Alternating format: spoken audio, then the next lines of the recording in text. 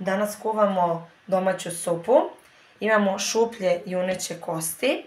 One su mnogo važne. Unutra imaju srž koja se zove marih i ona je jako zdrava. Maže se na hleb i jede se zajedno sa supom. Imamo juneća rebra. Uzeli smo piletinu i uzeli smo guščije meso. Ovo je faktički guščije bijelo meso, ali ono je crno.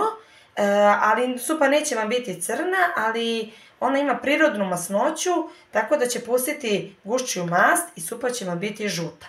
Dodajemo šargarepu, bijelu šargarepu, celer, praziluk i na kraju kad se to bude kuvalo, jedno dobra 2 sata treba, dodat ćemo proso kao odlična namirnica vitamina B i domaće rezance.